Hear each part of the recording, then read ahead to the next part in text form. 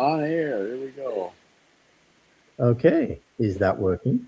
Hopefully. Not according to this, it's not.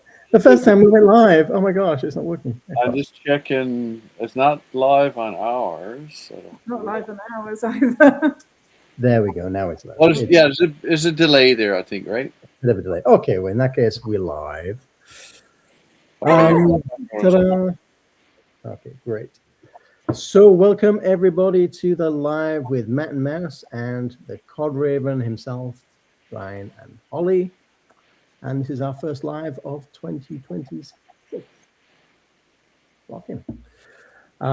So thanks for joining us. Who have we got here? We've got Beverly. Hello, Beverly.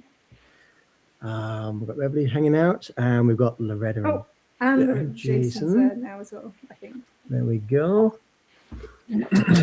Jason, Yeah. that's awesome. Cool. Okay. So just for a bit of background on why we're here today, we were chatting back and forth with Bryan on some of our heating challenges at our tiny cabin, and Bryan left us a very spirited and detailed message. And I thought, you know what, this is probably better to have it chat in person, so we can go through it and figure things out. So we thought we'd jump online and we will hang out and chat about this and get everybody else's input as well. And we can see where we went wrong. Let's start. So, hey, Tim Mitchell, thanks for joining us. Great to see you in the live here. Appreciate you joining us. So, actually, before we start that, there's probably some people on our channel that don't know Bryan and Holly. So, Bryan and Holly, you guys are over on the east coast of Canada, currently under 6 or 7 feet of snow. Pretty much. So tell us a little bit about what you're doing on the East Coast. Like how close are you to the water? You're pretty close, right? Yeah. So we're like we're right on Iceberg Alley, pretty much. I don't know if anybody's heard of that.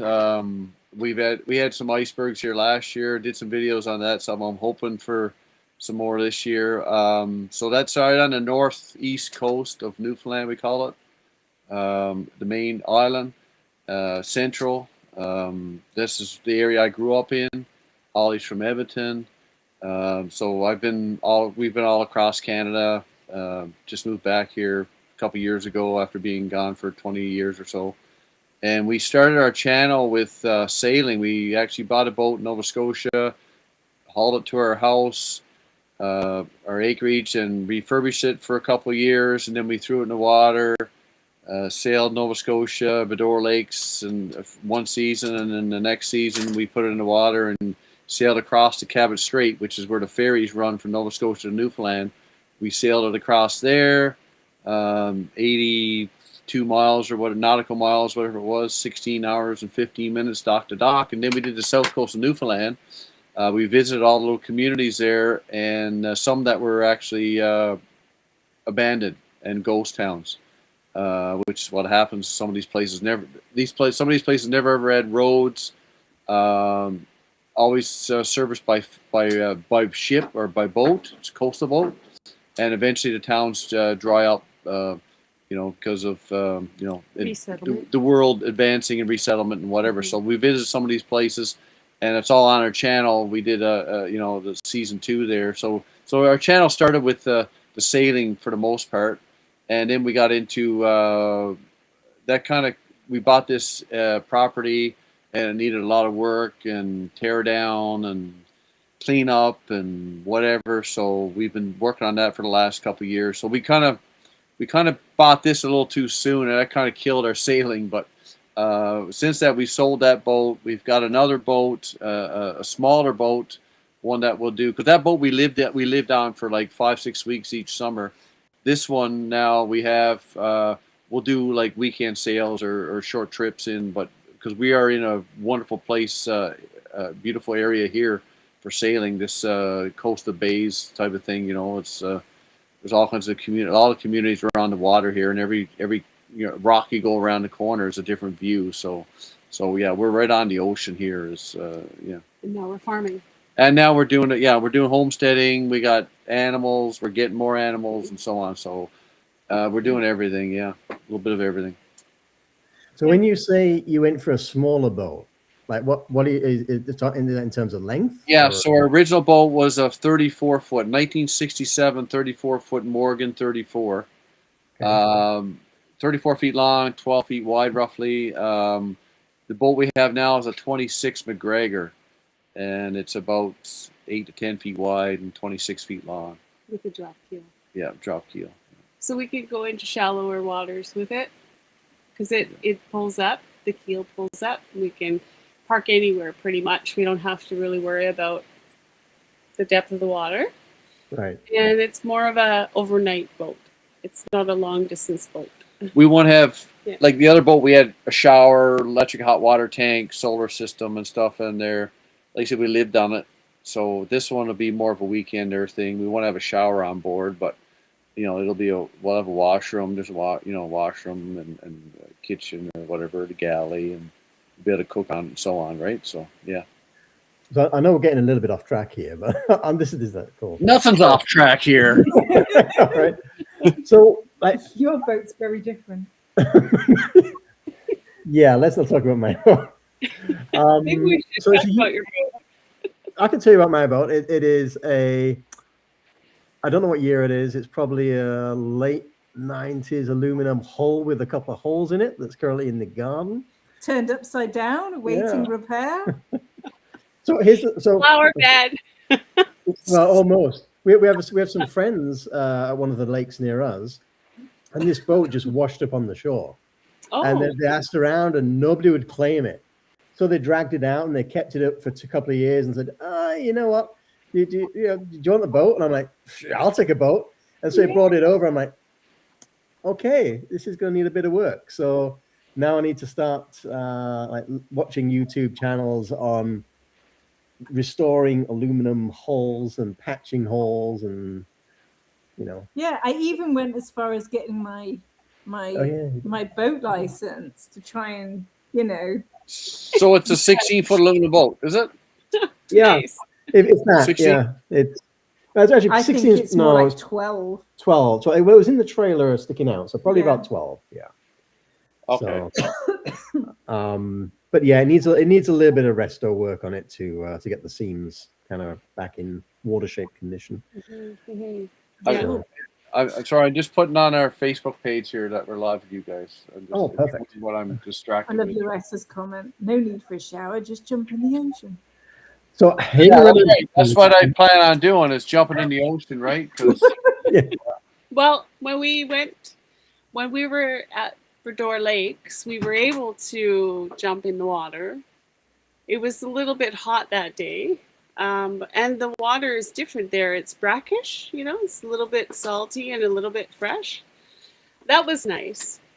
But I was planning on swimming out here in the harbor, but I don't think that's going to happen. I won't be jumping off a boat here anytime soon. I'll suffer. I won't bother to Aren't you supposed to combine it with a sauna, right? And have like the sauna cold plunge experience? Oh, yeah. Whole thing. I don't know. That with the tuna floating around and the sharks and stuff floating around here, now I can't see myself doing it. I wanted to, but I Yeah. don't think so. the water's cold here. 7 degrees or something? Uh, Well, it's frozen here out in front of us right now. well, yeah. But it's like 7 degrees or something in No, yeah. It's probably For some reason, water. I calculate water in Fahrenheit for some reason, because I used to live on a freshwater lake. We would water skiing all the time, and I always did it in Fahrenheit. But I'm not sure exactly how warm it will get. I mean, it changes too. Like if you're in by the shore versus out even a kilometer or different area. We got a lot of little islands and coves here, so it'll change. So it'll be like, I don't know. I can't remember exactly what the ocean will be, but it's not real warm. Not real warm. Like we're talking 11, 12 degrees maybe or something like there. So Yeah. it's like 7. in the You summertime. used to have icebergs in the middle of what in like June? Well, we had ice, like I could see them right here, like last year, like I could look right here and like a kilometer and a half right there is iceberg, right? Wow. So yeah, actually, we just had a St. Patrick's Day little party of friends over here, our neighbors basically, and I kept a chunk of ice last year from the iceberg, and we just drank it a couple of weeks ago from last year. But yeah. So what's the furthest you've been out on the boat? Like when you had frill, because you did some. Yeah, so that was 82 miles, 82, 84 miles across there. And, you know, for probably 10, 20 miles on each side, you can see land, but out in the middle. So, yeah, that was 16 hours and 15 minutes traveling that. So that's my biggest in a boat, open boat, in our own boat, basically, right? So Greenland is probably a bit too far? Or? Yeah, a little bit of stretch, yeah. Yeah. Okay. Yeah. On a short distance up there, but yeah. We would have to go. But I mean, few people. No, Greenland. You just go off the tip of Newfoundland. Oh, okay. But people, like a lot of people, have left Newfoundland and went to England, right? So, right. That's out of my comfort zone. Mine too. It's not happening. Yeah. Yeah. Okay. Cool. Yeah, we don't really have a boating comfort zone right now. Yeah. So you're really novice with a 12-foot aluminum boat in your pond in your lake there. Yeah. I can kayak. You know, let's you know set the we do kayak a lot, but this is Yeah. nothing with a motor. This is why I went and got my license. Yeah, I'll do it. It's a 4-hour exam though. It's like, and you know, 4-hour exam. Yeah. There's a 4-hour. It's a minimum studying time before you can take the exam. So each module you have to spend on you have to have so much study time within the course before you're allowed to take the exam, and there's like a clock that counts down. So as you're clicking through the course, I was making notes ready because then there's a test at the end of each module. Oh, okay. And it won't let you take that test until it's a 4-hour exam. So it's a 4-hour process. It's a 4-hour process. The actual exam is separate because the exam is on the Canadian Transport website. You did it online. Yeah, I did it online. Holly just did it online last year. Online, but then they call you for the actual exam. Oh. I did mine a few years ago when I was with Search and Rescue. I can't remember exactly what or how we did it. I can't even remember. Are we supposed to be responding? No, actually. Yeah, we should take a look at this because I've been following them. I don't know what's happening. That's Mouse's job. I see words popping up. And I was typing a few. I did type a few responses in here. Okay. It's funny because I did notice Jason said something that one of our friends also said to us, that the happiest days of boat ownership is the day you get it and the day you sell it. That's what they say. Yeah. One of our friends said the exact same thing to us. You know, I put a lot of, well, both of us, but mostly me, a lot of time. Like we had a boat in our front yard, like, you know, through a winter. If you go back and watch our videos from Nova Scotia, like it was right out our front door, basically. Nobody else could see it. It wasn't a bother to the neighbors, but it was Norma. Yeah. Norma. Anyways, it was a labor of love because I was working on that thing day and night basically for a couple of years to get it the way I wanted it. Just stripped it and just rebuilt it basically. 1967, so you know it needed some work. But TLC.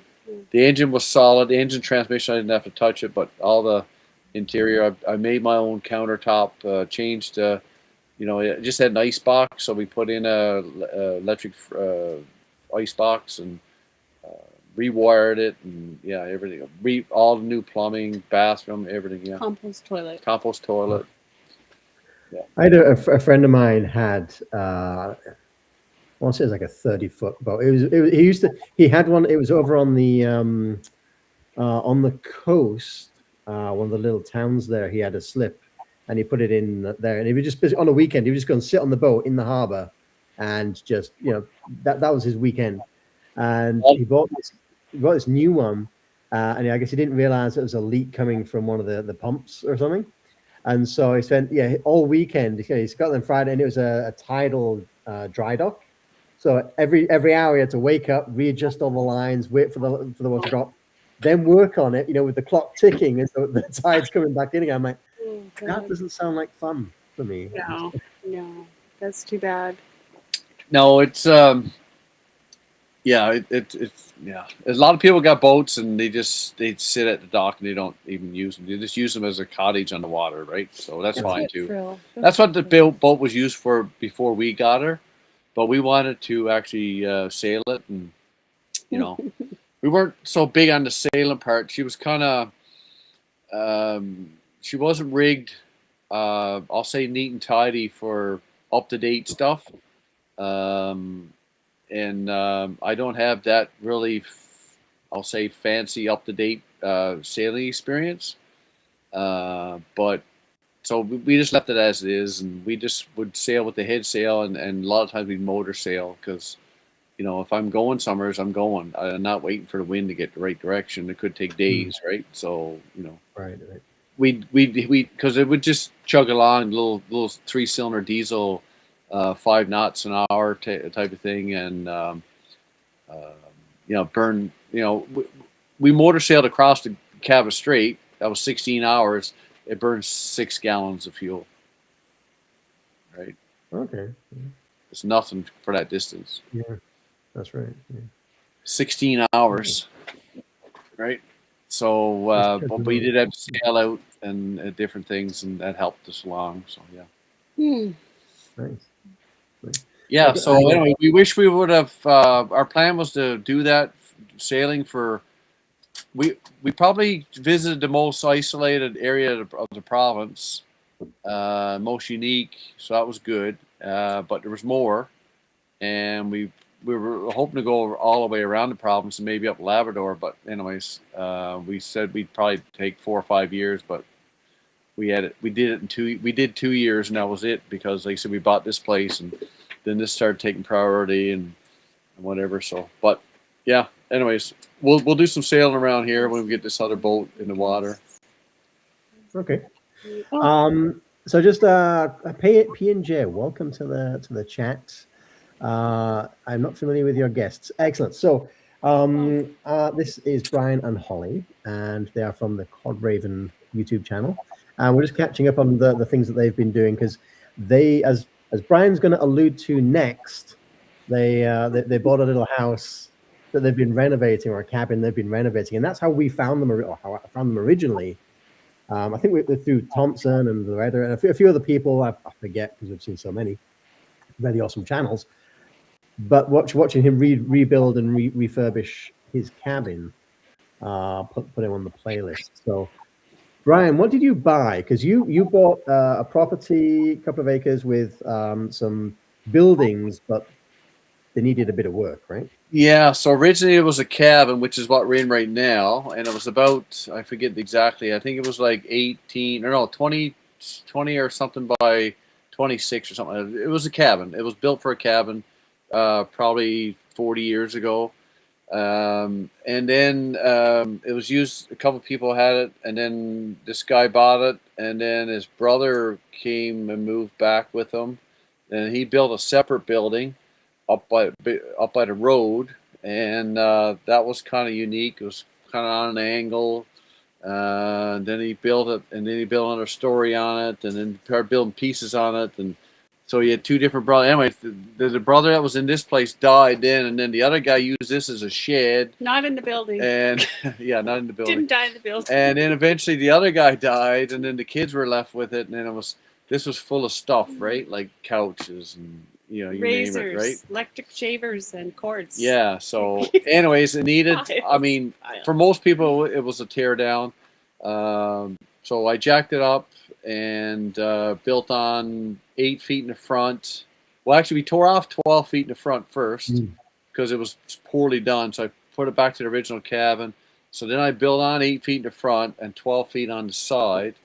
and made it to what it is now. I forget, what is it, 800. 34 by 26 or something. It's 800 square feet. It's like a little over little 800 square feet. apartment. It's like a little apartment, 2-bedroom apartment. Yeah, and as you see on the wall behind us, that's as far as it got last fall. We just barely got in here. Yeah. It's like That's our wall, right? So, yeah, nothing says in progress like a good Tyvek backdrop, really. I don't know how many times I've read all the writing on that.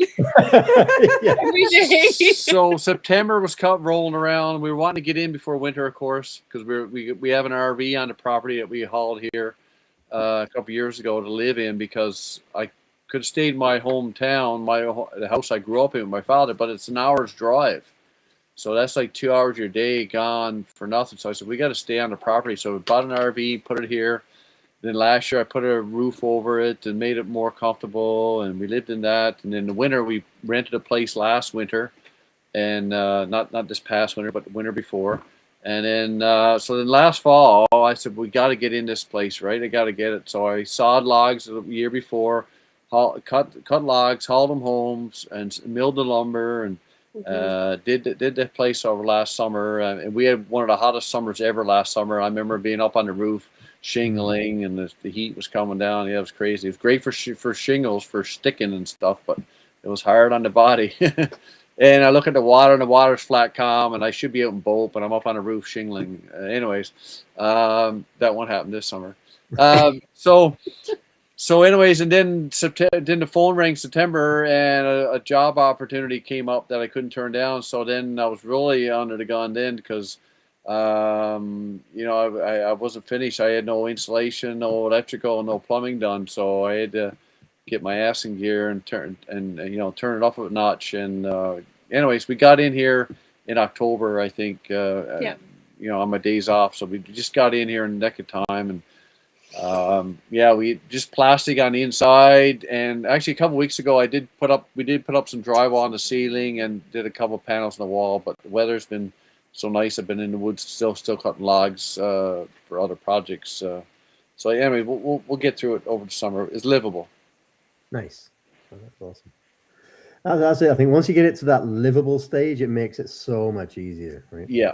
So big thing for this year is to get a deck on the front for us to, because the view is you're looking at the mountain or the hills there, and the water, and anyways, we got to get it on the deck, right? So fishing, like cod fishing and trout fishing or hunting, bunnies, or and farming and all that stuff, we're going to be taking advantage of the weather when the weather's right, because you don't plan things in Newfoundland. You just wake up, and if the weather's right, you just go do it. That's awesome. Yeah. You won't have much time to get on with the cabin, will you, if there's so much fun stuff to do? I think that's our problem. Is it's like, well, we've got the bunker to a point at which it's comfortable. So now it's like, we could do this, or we could go explore. We could go. I think financials holding us back from the main cabin the most. Because that was the whole purpose with the bunkie, is to get us so that we can stay there long enough to now start working on the actual cabin. Okay, so now, I never heard that, or the first time I heard you say that you have plans to build the actual cabin. Okay, the bunkie's just a temporary thing. Okay, gotcha. Oh, that's cool. That's good. Just a little stop in, kind of thing. So the cabin's going to be like on the bank, on the edge of the bank there, overlooking the water, or what? That's the plan. So I think we were talking offline before everybody joined about some of the things that Mouse went through health-wise a few years ago, and at that point we kind of decided, you know what, we're kind of like, we've got this dream of having a cabin by a lake, and it's kind of like, oh, we'll do it later. Like we'll just get the kids out the way first. We'll just do this first. We'll retire or whatever. And it's you know what? Why are we waiting? Let's just do it, because otherwise you just keep waiting. So we so we went and found, during COVID, we went and found the property, and then actually we had the property first. Then I had cancer. Because we had the property as an idea for retirement. Right. That's what it was. We got the property, thought this will be great, when eventually we retire, we'll have a nice cabin there, blah, blah. And then I got sick. And then we were like, okay, let's actually use this property. Let's do something with it because, you know, yeah, life is short. You only live once. You want to make the most of it. Why are we waiting to have fun up there? Why are we waiting? Yeah. And That's right. that's when we then decided to do the whole bunkie thing, just to give us something to kind of have a bed while we're up there working on it, because it was when we got it was a 2-acre mosquito farm with a lot of trees on the ground. A lot of trees on every. You literally couldn't walk across from one to the end to the. You couldn't. You know, it was climbing over everything. Yeah, I saw those videos for your friend Jeff. Is it Jeff? Oh, Jody. Jody. Yeah, you and Jody trying cleaning up some trees there. Yeah, and we've been doing that for the past 3-4 Yeah. years. We kind of bit the button, just pushed everything over to one side for a bit, and then we'll just go down the side and clean it up. But you got so much firewood there. Insane. Yeah. It's crazy, and we've barely. Like, there's whole areas. I was looking the other weekend. I was looking, going, "Oh, we haven't even touched this section. This is depressing." You got too much firewood, and you don't have a nice stove. Okay, let's get into the stove. Let's do this. Let's talk about the stove, because yes, we had some heating issues. Here we go, guys. If everyone in the comments, get your popcorn out. There we go. I just want to say before we move on to the stove scenario, time passes anyway, right? Yeah. Time passes anyway. You just got to get up and go. And unfortunately, health is the big wake-up call for a lot of us. And you just got to go for it, right? Yeah. And it's the best. It's the best thing for you. Yeah. Anyway. So I have quite an interest in stove. I grew up with a homemade stove, a heat in the house and whatever. So I've had multiple stoves myself and built many stoves myself and whatever. So I'm no professional. I'm a professional. I'm a professional of nothing, but I'm very passionate about certain things. So, and wood stoves is probably one of them. I've always wanted a wood stove. Growing up, Yeah. I used to spend a lot of time at horse stables in the country, and like the livery yard that we used to go out to a lot. They had a wood stove, and that was such a novelty for me growing up, because nobody I knew had wood. You know, only people right in the countryside had them. And I'm just a closet arsonist. I really am. I'm just. This has been recorded. That's awesome. Yeah. I love fires and campfires and wood stoves and stuff. I desperately have wanted one, but the thing is with the bunkie is very, very small. It's a very small space. It's under 160 square foot. I think it's 159 square. 157. Yeah. I thought it was very, very, very small. So I know, because it's a large community of bunkie owners. With the company that we got ours from has amassed, that everyone, you know, swaps ideas online. And a lot of them talks about, it's getting a stove that's not going to overpower that size space is not easy to get. This one company in Montreal is the one that we got ours from, Cubic. And it is, there are times when, we'll set a fire going, and within a couple of hours we're roasting, we're stripping off, even in that tight space, opening the windows, you know, we're like, I think we measured it, and after about 25 minutes, that little stove that we have has the cabin up to about 24 degrees C. Yeah. I know about those stoves, because I was considering putting that stove in our boat, in Frill. Yeah. Right. Because sailing around Newfoundland, I said we could easily go to shore and get wood. There's wood everywhere, right? Yeah. So I was this close from putting that exact stove in the boat, and then due to space, I was like, no. So I put in two diesel heaters. I put in instead, and that was a lot less space, and I'm glad I did at the end of the day because it was less hassle, we'll say, right? But anyways, yeah. So Yeah. Yeah, I mean, I love the little stove, but yeah, like the one challenge is because it's so small is you have to keep feeding it more regularly. Because it only takes wood 7 inches Yep. more, and so That's awesome. please. So yeah, actually Drolet. Loretta's just mentioned a Drolet, and I think I researched that one at one point. Drolet, I yeah. need so many stoves, and I know when we do the main cabin, we want a good proper, and we will have a good proper stove that, you know, it's just So the place that we had to go tiny. you said that stove can heat it up in 20 minutes, 25 minutes or whatever? 25 minutes, yeah. So, so what happens when you load it up for a cold night? It is overpowering. It burns out too quick, or what takes place? It doesn't last. It's because you can only cram it so full, and I will, you know, when we go to bed, I will cram that thing full, you know, stopper down the damper, the thingy whatsits, you know, the thingy whatsits with the holes. Draft. So that it has the slow burn, but even so, because it just capacity, and because they are smaller pieces to get them in there, ram them in. When it burns that, when you jam it, does it burn that even with it turned down? Does it burn that fairly hot, you say, or it does cool down then? It cool now. If we start, so let's say 10 p.m. right? We jam it full, get it going. It's hot. We go to bed. 10 p.m.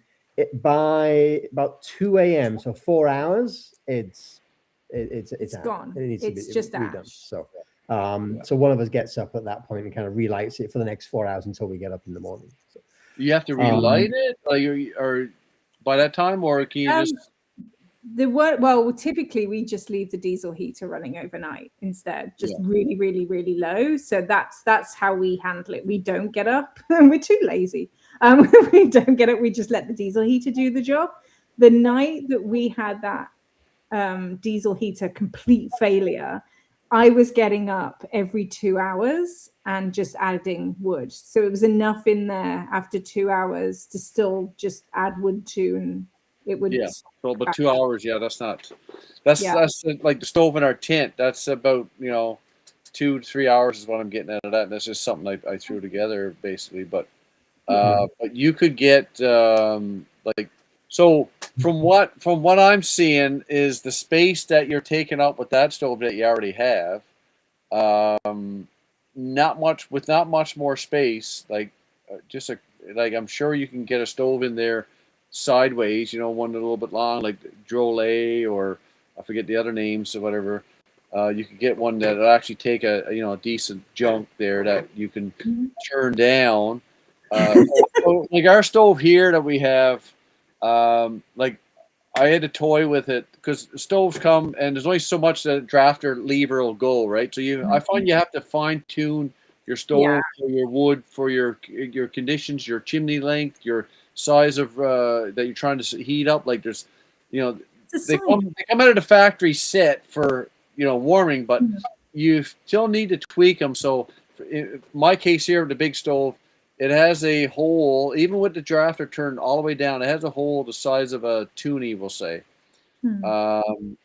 Even when you get a little bit of wind, that was too much. The fire, you couldn't tone it down. So I would put a piece of that tinfoil, the sticky tinfoil for ductwork. I put a piece of that over there, and then I found that was too much. So now it's at half. So that's how I fine tuning this, right? It's constant. I still need, because we get such a high winds here, I still need a dampener in the pipe, which I haven't done because I don't want to take apart pipe during the winter. So, but I'll do that before next fall, and that'll stop the draw because we get such, like I said, the winds are so drastic here. It just literally draws out, right? You can watch the wood just go right up the chimney. Yeah. It just Wow. yeah. So the wind wouldn't be an issue where you're at because it's pretty shallow. But what I'm trying to get at is you can fine tune your stove If you get the right size stove, that'll take a decent size of junk that you can actually pack it full, and it wouldn't take up a whole lot of space. And then you wouldn't need the diesel heater and the little place you built for the diesel heater. And then and then what really got me was like they bought another Blue Eddy just to run the diesel heater. They should have saved that money and bought a stove. Now, in all fairness, we didn't buy Big Blue just to run the diesel heater. No. I think we have a lot more. Sounded like it. I said to Holly, Holly, guess what? They even bought a bigger thing just for the diesel heater. They should have bought a stove. Okay. Do you believe everything you see on YouTube? No, we got to the point where we were running so many things off of the little Bluetti between charging up all his tools and the lights and charging up a lot of it is charging up the camera equipment that he keeps bringing up as well. The drone batteries, this and this, and so it just. I mean, it is nice to have both the diesel heater and the stove. I mean, like. We technically the bunkie itself is only technically it's a 3-season cabin. So we're looking at a 2-inch wooden wall. It's not meant to keep it here. And so having the diesel heater is great because it lets us either preheat the cabin before we start the fire, or we can just leave it ticking over overnight and we don't have to worry about the fire. So it gives us a bit of both, or a backup in case one of them just. But we're in this situation now too, whereby we kind of don't want to spend any more money perfecting things in the bunkie. We'd rather waste and save that money and spend it now on the main cabin. Do you know what I mean? Yeah, I know, because what I'm talking about, you throw away the $600 stove, and then it's probably a $6,000 or $8,000 or $1,000 chimney, and So no, you're gone down that road so far now. You can't go back. No, and you'd have to complete. Because it's only a 5-inch and 3-inch chimney. Yeah, you have to get a brand new chimney. That'll be. We'd have to anyway. Yeah. So I'd rather spend that money on the nice stove in the big cabin. At this point. And you'll be able to use your stuff. You'll be able to use it eventually for whatever you want, right?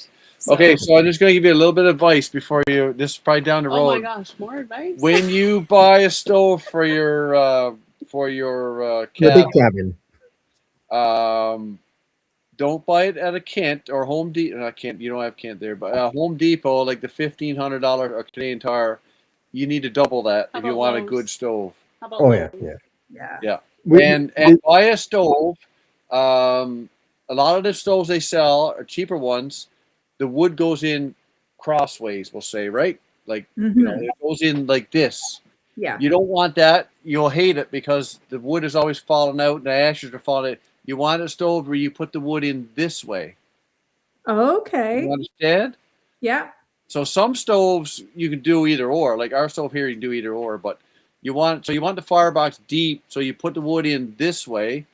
You have less mess, less stuff coming out at you. When you put it in this way, it's always rolling out. And the cheaper ones will be, they'll be like probably 20 inches wide and probably 15 inches deep. Well, you want one that 18 or 20 inches deep and width. Well, you don't care, right? But and I put the wood in this way.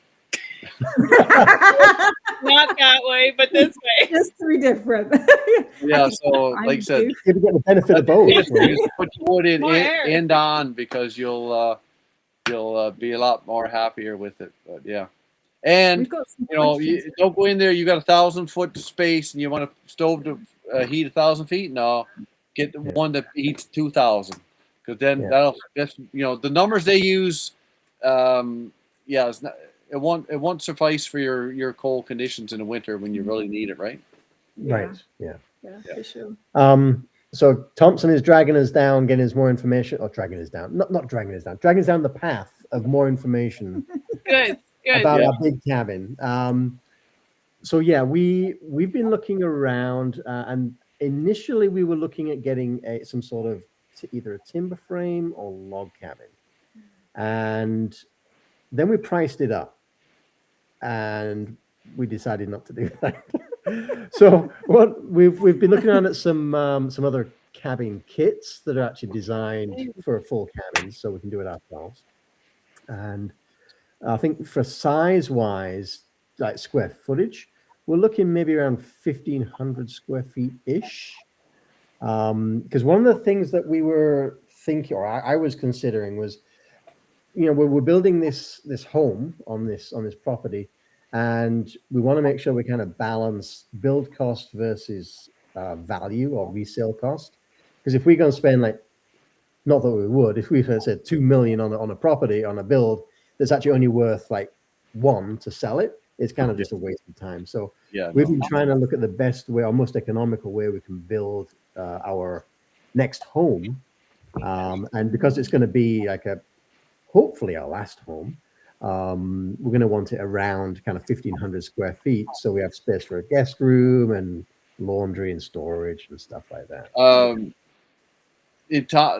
I've talked to Thompson quite a bit about what he's doing, and man, the permits and approved that process out there, that would drive me.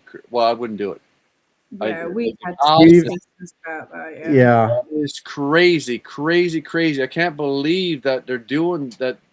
The government is doing that to people out there. Like, you're out in the woods, man. Who cares?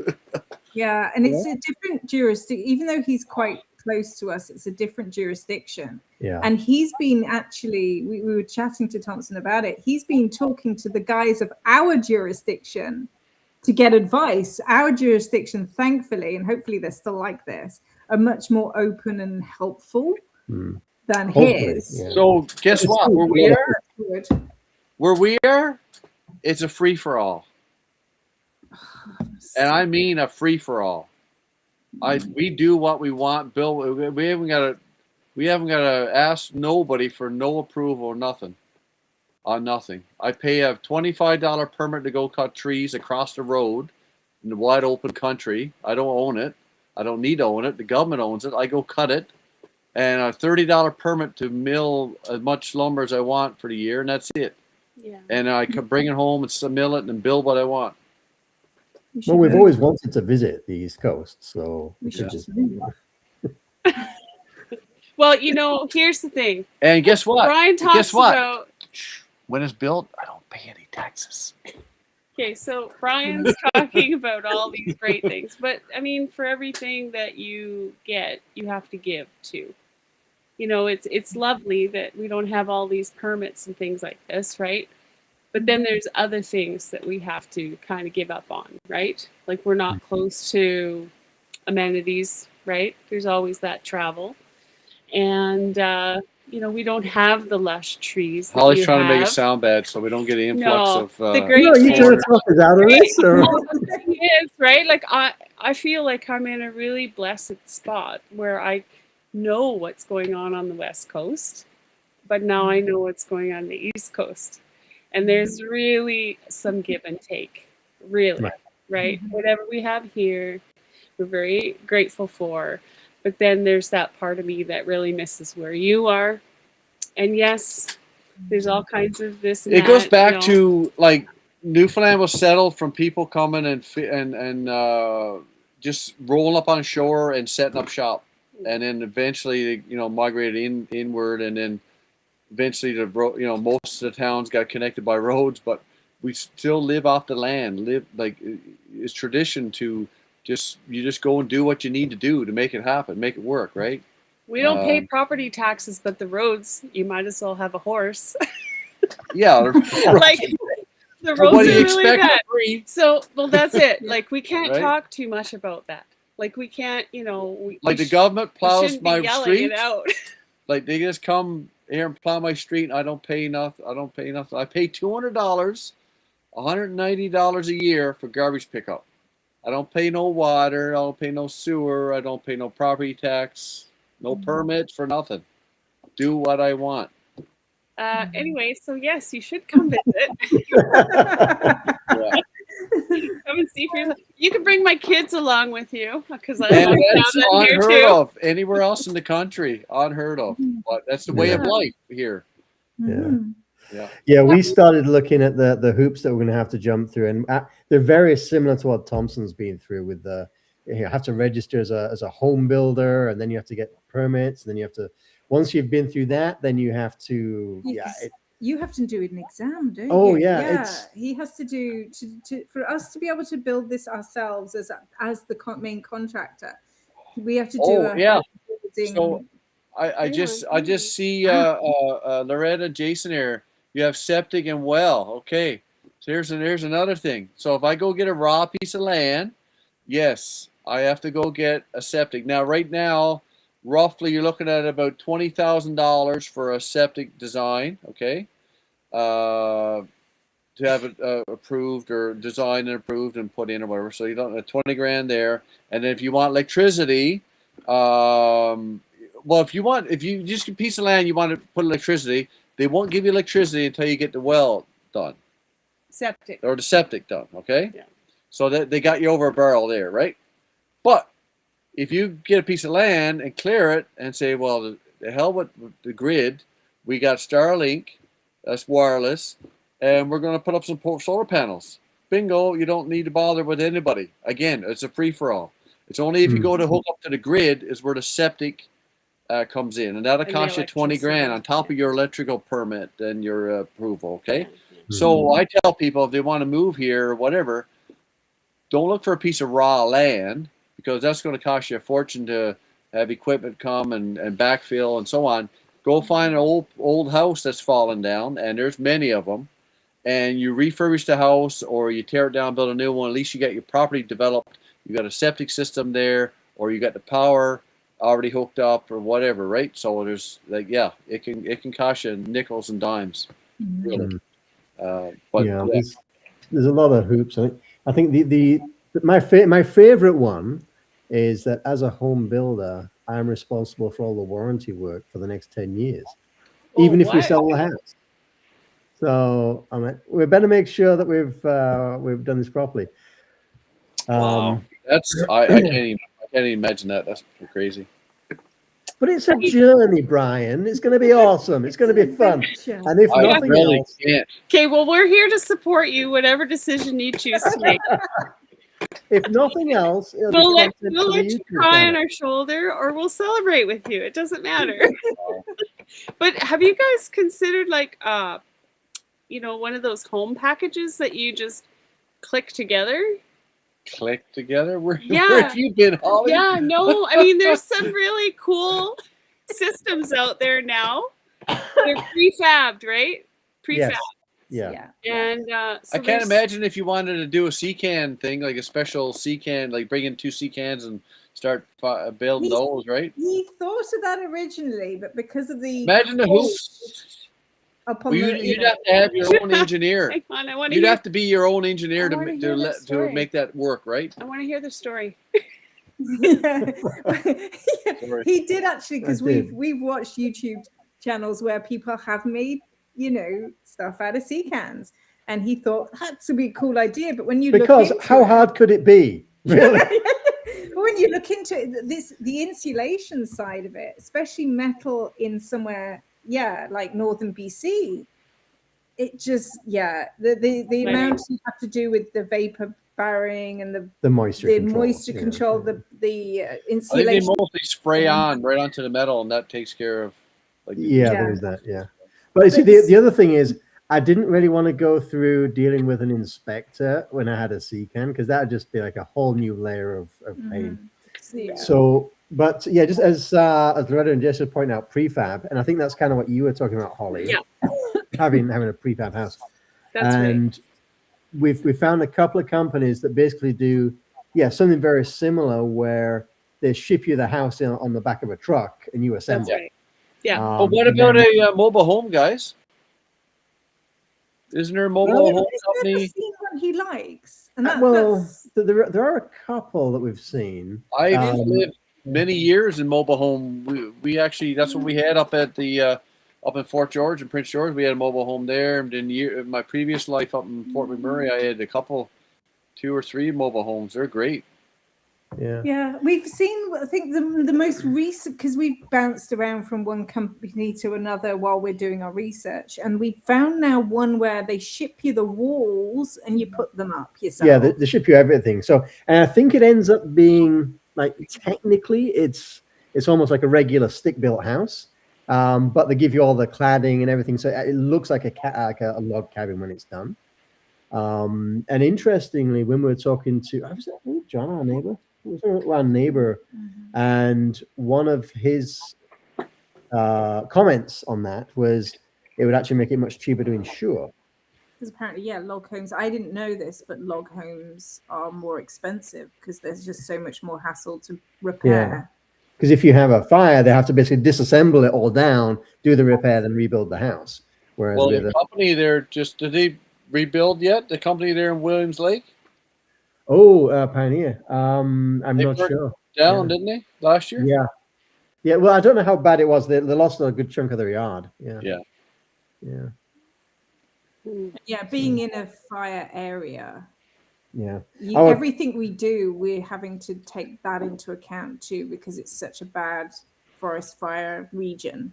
Our closest forest fire last year was it 700 meters? Yeah. It was pretty close. It was scary. You're going to have to, if you want a view there, you're going to have to take a notch out of those trees to get some skyline there at some point. Oh yeah, we've been marking them out. Which ones are coming How big down? a property you got there? So we're on 2 acres. Oh, 2 acres. Okay. Yeah, so I think we worked out that we've still got another 400 or 500 trees to come down. So. Is it fairly square, or is it like, what's the shape of that? Long and thin. Rectangle. Yeah. Long and thin. So minimal frontage. How much frontage you got for the lake or the? It is 160 feet. Oh, there you go. 160 feet by what? 400 feet long. Yeah. And then what's on either side of you? More private owned, or is it Crown, or what? For the longest time, we've been so lucky. It looks like we're in the middle of nowhere because nobody's done anything with theirs. And so it's been so nice and quiet. And then, was it last year? The plot next to us sold, and he immediately cracked on with putting up a big building. But we love him. He's such a lovely neighbor. He came over with his digger, removed some stumps for us. He's just the nicest guy. I mean, so we have some, where we are on that lake edge, there's a number of properties, including us, but then all around it is all Crown. And opposite, there's a lot of Crown land. Behind us it's just all hay fields, and it's.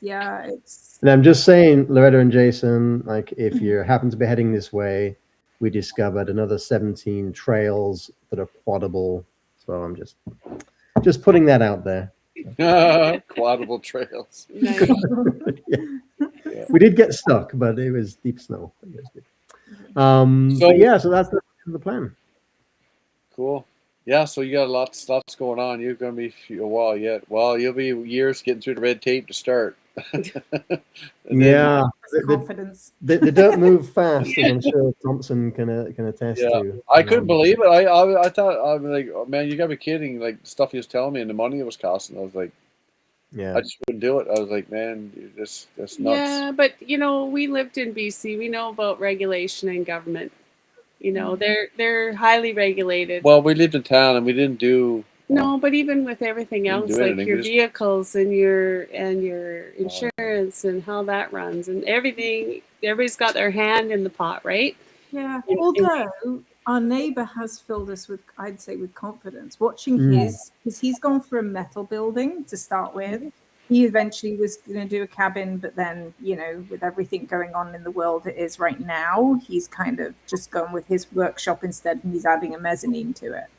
And watching his process, it's actually gone pretty quick. Yeah, it's been pretty quick. Yeah. So that's kind of filled me with confidence. Everything that's with him. I think he's worked with the local, what do they call it? The local mafia? I heard somebody refer to like local government as local mafia.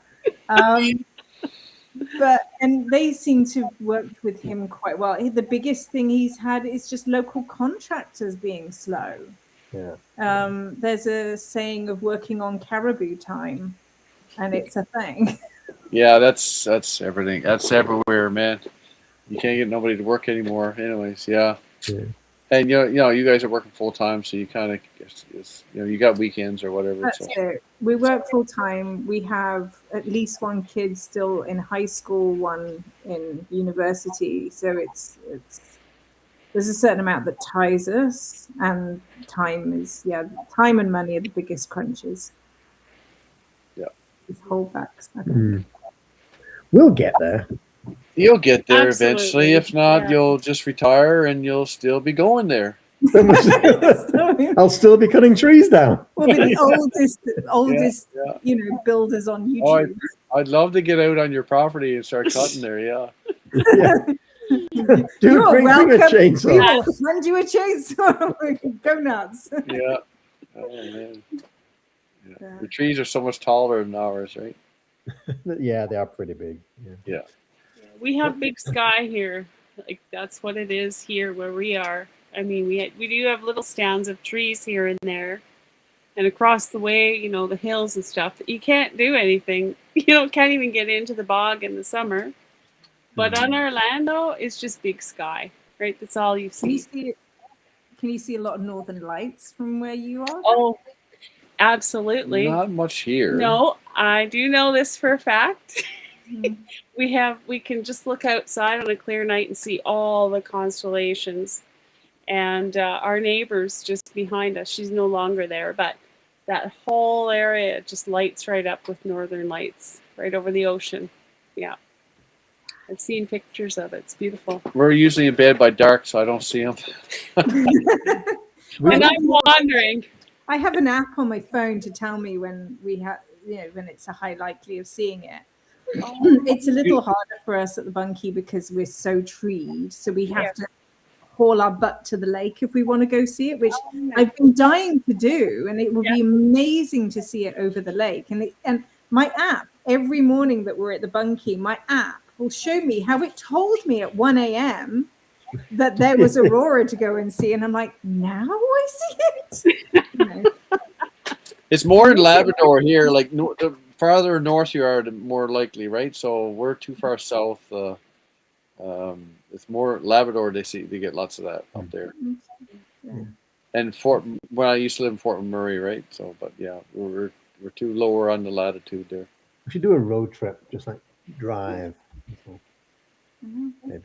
You keep threatening to buy some old transit that you want to fit out so we can do it. We're going to do a van conversion and drive up to Tuk and just like sit on the outside. We have a bus here we can have. Yeah, we got an old bus. We have an old bus. I don't need another project. Hang on, we've got quite a few comments. I'm so sorry, guys. I haven't been. Yeah, I've been kind of whatever. So yeah, just keto. Sure. So he's a big keto guy. Jason is. Yeah. So we met Jason through Loretta and Jason, not the same Jason. Jason. And they introduced us, and we did that. We did a live with them, and Jason is keen into the healthy food and keto diets, and he has a channel, so you can go and check out Jason's channel. He does a lot of these cool little waffles, but they're made of like egg and cheese and protein and truffles. Yeah, they're pretty nice actually. I've made quite a few. We've been doing that lifestyle for quite a few years actually. Okay, yeah. We consider ourselves keto carnivore as most as possible, and for sure. So So we'll get Jason out there. We'll give him a chainsaw as well, I think. Chainsaw party. Yeah, so just come and camp, bring a chainsaw. We'll point you at a tree. How many? Can you tell how many people are on? So we didn't go live on my channel, our channel. Oh, okay. I'm pretty sure no. Okay. We've got 17 people watching right now, which is 17. Okay, awesome. Yeah. All right, cool. Yes. So Loretta and Jason, we are working on solar panels. The challenge that we have is the trees are so tall, that we don't get a lot of coverage. So once we've taken down more of them, we're definitely gonna have enough space to do that. Good. Don't cut all the trees down. Now we're not actually.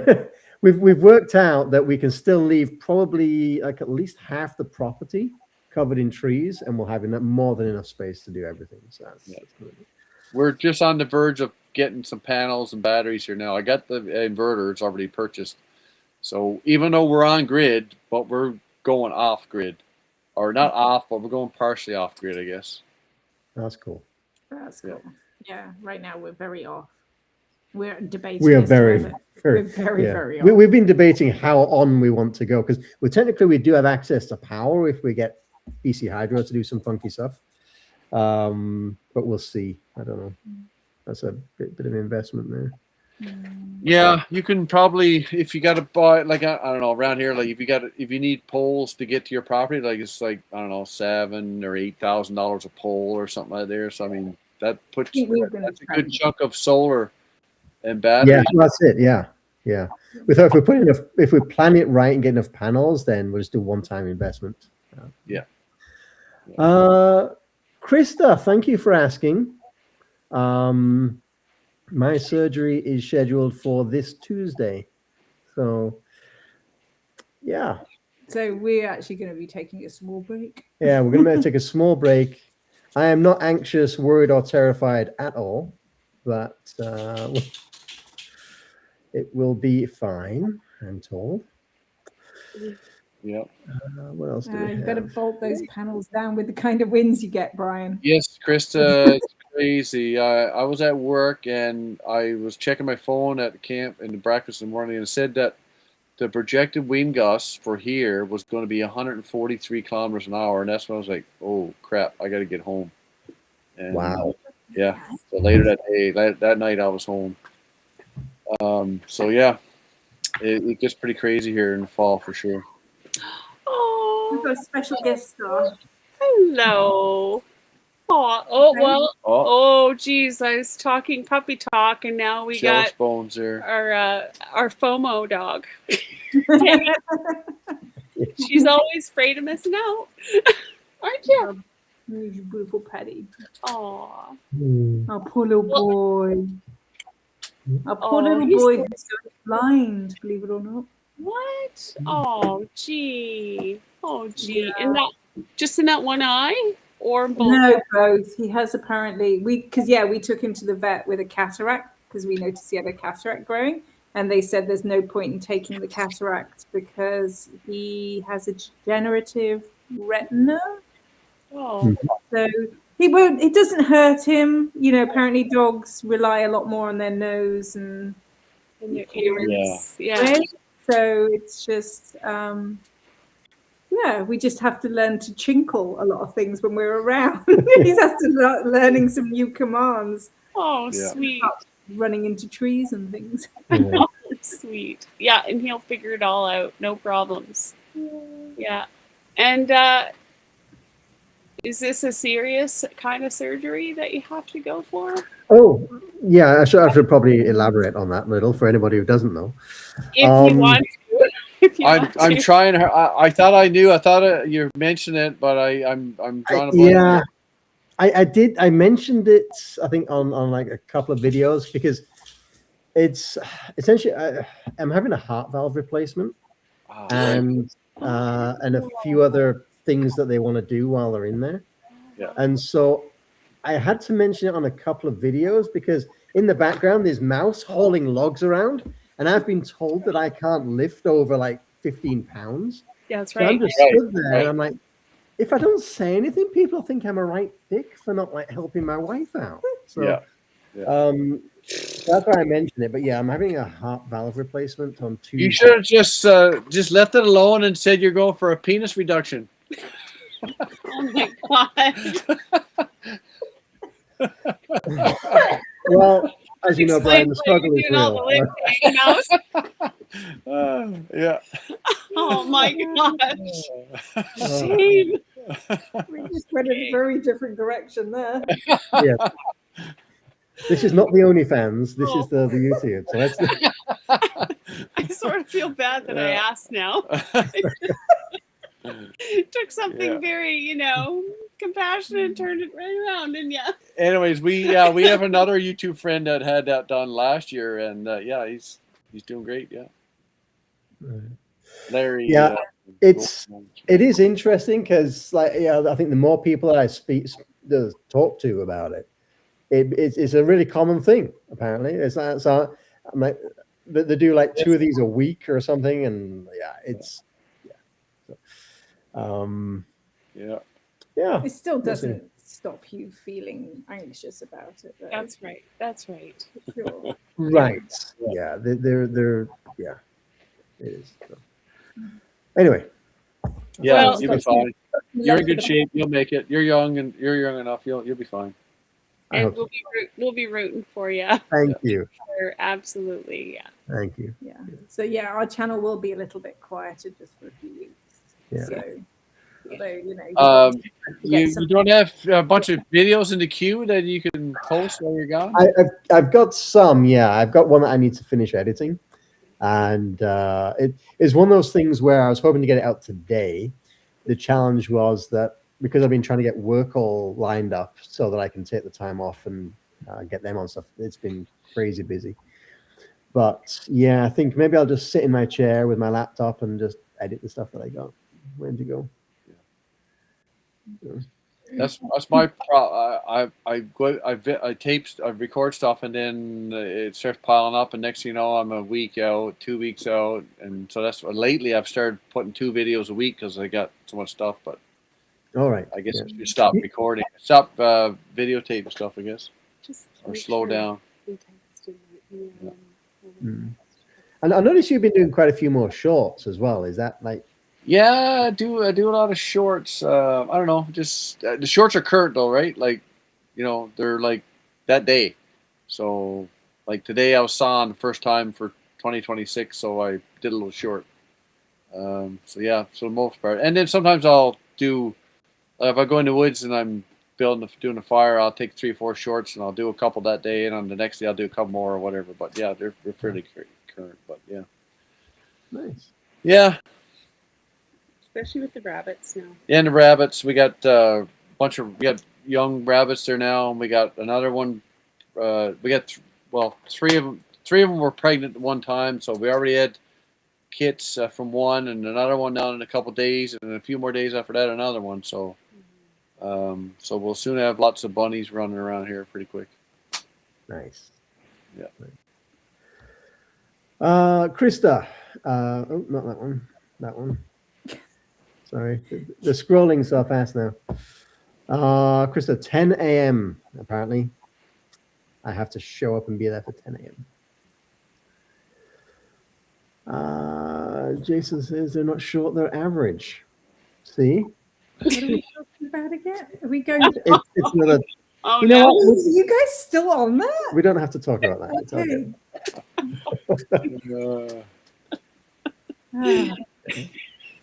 Did see some lively chat about the pet situation. Yeah, did we miss anything? Krista has more of a fondness for Sophie. Well, not more of a fondness, but she has a fondness for Sophie and Molly.